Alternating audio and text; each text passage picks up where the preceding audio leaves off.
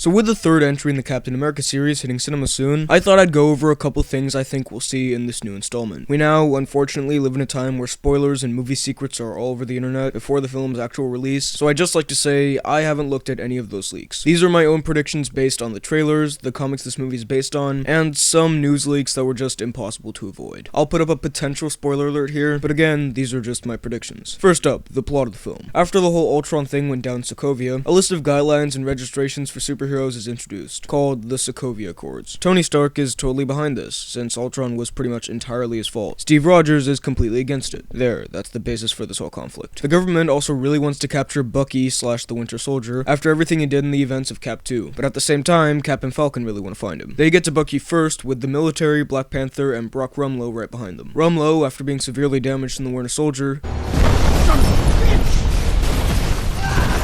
has now been transformed into Crossbones and works with the government. Cap and Bucky escape, while Falcon uses other means to get away. Black Panther then chases Cap and Bucky through this tunnel into a trap where they're captured. While Cap just has his stuff taken away and has a quick sit down with Tony about limitations, I think Bucky is put into some kind of weird prison. Cap ends up freeing him and they go on the run. Also, in this time, he recruits Falcon to work on their side. Now, after all this has gone down, Bucky is pretty upset with Tony and plans to assassinate him. They have a quick fight, but Tony escapes and gets in his armor. Bucky runs back to Cap and Tony finds them. There's a bit of a confrontation there, but nothing really major happens. The teams are then formed, which I'll get into in a sec, and there's a pretty big fight at this airport, which somehow ends with the entire place blowing up. Bucky then rips Rhodey's arc reactor out, severely damaging him, and Tony gets really mad about this. Then, at the end of the movie, Bucky and Cap go 2-on-1 against Tony. I'd just like to mention that this could be right after the little scuffle they have that I mentioned earlier. Tony is losing the fight badly, and so out of desperation, he accidentally kills Cap, thus leading an enraged Bucky to try and kill him. Tony escapes and retires, maybe handing his armor off to Rhodey, and either Bucky or Falcon take on the Captain America mantle. Probably Bucky, just because they're really building up their friendship here, and it's been foreshadowed a few times. That's what I think the plot will be. Now, as far as the characters, there's some more stuff to get into. There are two ways I think Black Panther gets involved in this. One, we see this UN-looking place getting blown up, and that could be how the entire country of Wakanda gets involved. Or two, he's mad that the Hulk and Iron Man basically trashed his home country with that massive fight.